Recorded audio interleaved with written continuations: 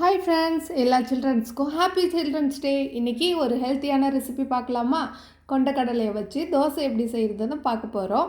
அதுக்கு என்ன அளவு எடுக்கணும்னா, ஒரு டம்ளர் அளவுக்கு கொண்டக்கடலை எடுத்துக்கினா ஒரு கைப்பிடி அளவுக்கு அரிசி சேர்த்து நைட்டே ஊற வச்சிடணும்.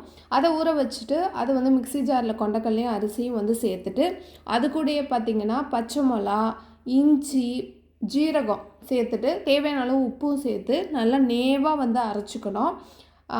நான் கொஞ்சம் கூட ஊற வச்சுருக்கதால 2 தாட்டியாக அரைச்சி கொண்டக்கடலையை எடுத்துக்கிறேன். இது ரொம்ப எனர்ஜியானது, ப்ரோட்டீனு அதிகமாக இருக்குது.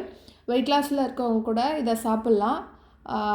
ஸ்டொமக் நல்லா ஃபில்லிங்காக இருக்கும்.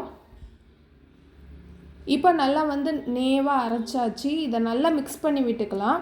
ஏன்னா ஃபஸ்ட்டு இதை அரைக்கும் போது நம்ம பச்சை மிளகா, இஞ்சிலாம் போட்டிருக்கோம்ல, எல்லாம் மிக்ஸ் ஆகிறதுக்காக நல்லா மிக்ஸ் பண்ணி விட்டுட்டு நம்ம தோசை ஊற்ற வேண்டியது தான். இதை புளிக்க வைக்கணுங்கிறது அவசியம் இல்லை.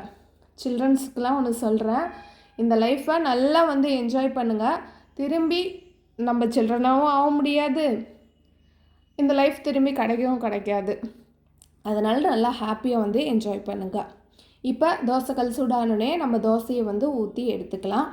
இது கூட பார்த்திங்கன்னா நீங்கள் சாம்பார் இல்லை தேங்காய் சட்னிலாம் வச்சு சாப்பிட்டிங்கன்னா வேறு லெவலாக இருக்கும். கண்டிப்பாக இந்த தோசை ட்ரை பண்ணி பாருங்கள்.